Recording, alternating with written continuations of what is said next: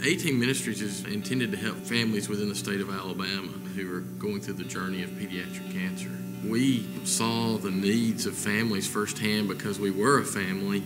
Jan and I have a son named Anderson who was diagnosed with ALL leukemia. We started going to the hospital regularly for his treatment, and as we did, we started meeting families there and just seeing the needs of all of the families that come to the hospital. And we saw that we had a support system. We had folks that were able to help us in a variety of ways, but there were a lot of people across the room from us in the hospital or in the clinic with us at the same time we were there that had no support system, had limited resources, and needed somebody to step in and give them some emotional, spiritual, or financial support, which is kind of the purpose behind what aTeam does. Since 2009, when we first started aTeam, we've realized and we've done a lot of different things, a wide variety of things that support families. Our main reason for having aTeam is to develop relationships, hear what their needs are, see how we can take those needs and support those needs as a ministry. I think a perfect illustration of aTeam and the role aTeam wants to play is the story of a 10-year-old girl from West Alabama with pediatric cancer, needing a place to stay in the Birmingham area through the treatment process, meets Laura, the aTeam intern, taking on the role of supporting the family while they're here.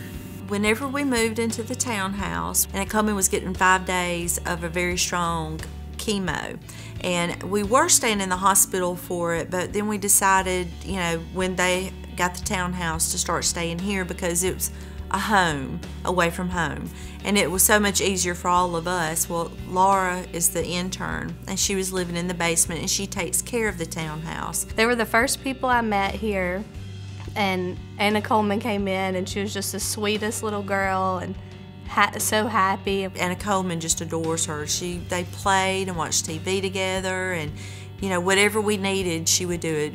If Anna Coleman got sick during the night, she'd wash the sheets. If we needed clean towels, she made sure of that.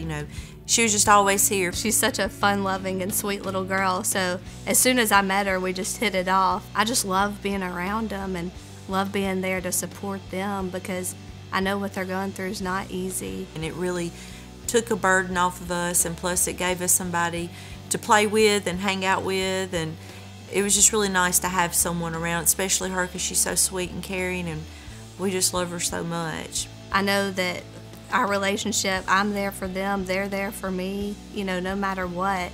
I just feel like I've made lifelong friends. I'm getting married in June, and Anna Coleman is going to be my flower girl.